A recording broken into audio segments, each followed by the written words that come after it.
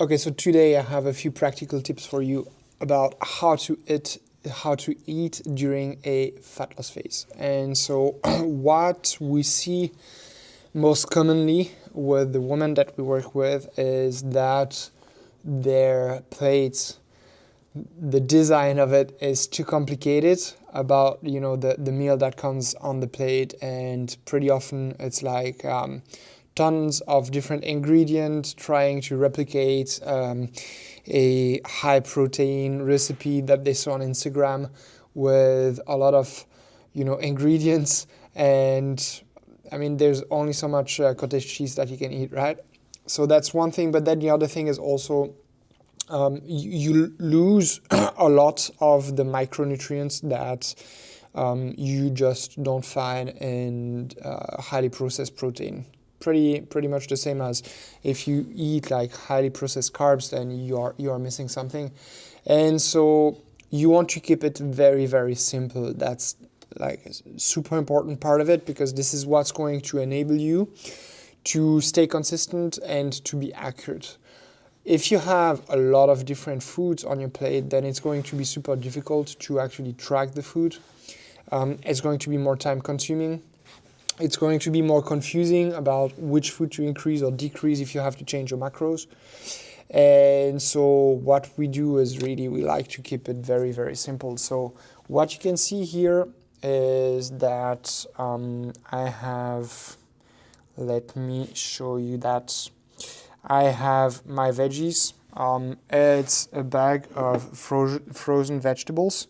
It's already mixed, it's already cut. I don't have to do anything but to cook them. I actually put them in the microwave because it's very convenient. You can see it even have herbs on that. Then I'm going to add my beloved potatoes. And this is great because it gives you, in that instance, it gives me a lot of volume for not too many calories. Then it makes it very clear, I have my my vegetables, then I have my carbs, then I'm going to add some fat. I love pecan nuts, so this is what I'm going to get today. And then just some seasoning. Up. It's simply some salt. And then the last thing that I'm going to put on is my protein. It's going to be a bit of chicken that we've pre-prepped. For this, I need both of my hands. So we did that in the air fryer with some tandoori spices. And I need 115 grams of that. I'm a bit shy, so I'm going to add like one small tiny piece of it. And this is going to be gone like latest tomorrow. This is now a bit too much. Maybe I can try to do that. This is too much as well. Whatever. I changed that in the app. It's only like 5 grams. It's not a lot of difference. So that's pretty much it. That's the way that we recommend you to do your meals during the fat loss phase. And by making your meals so simple, it's going to be way easier for you to hit your macros accurately, but also consistently.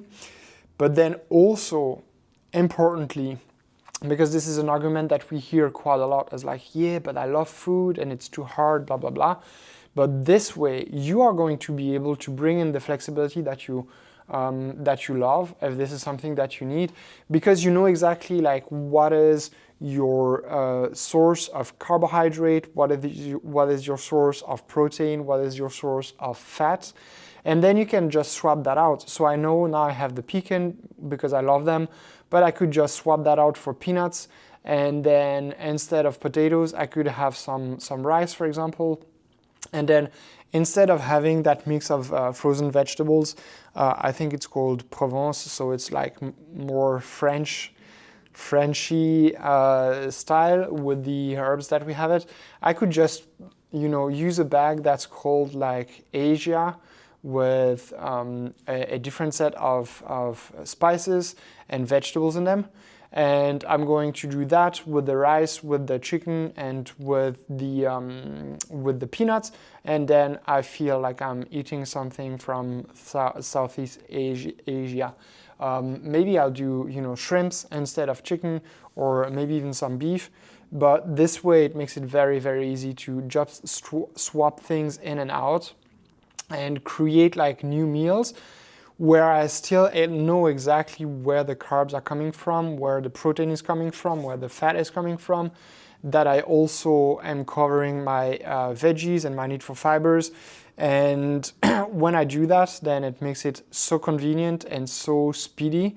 And this is something that most people widely underlook when they go into a fat loss phase. And sometimes the very reason why it's difficult to hit the macros accurately and consistently is simply because the design of the meal is not appropriate. So that was the first of a series that I'm going to do on how to eat for fat loss phase. I'm going to do more on that and talk about different context, concept and small details that are often overlooked, but that makes it so much easier for you to create and stay in a calorie deficit. So make sure to hit the subscribe button and watch the videos in the upcoming week, and I'm going to talk about that.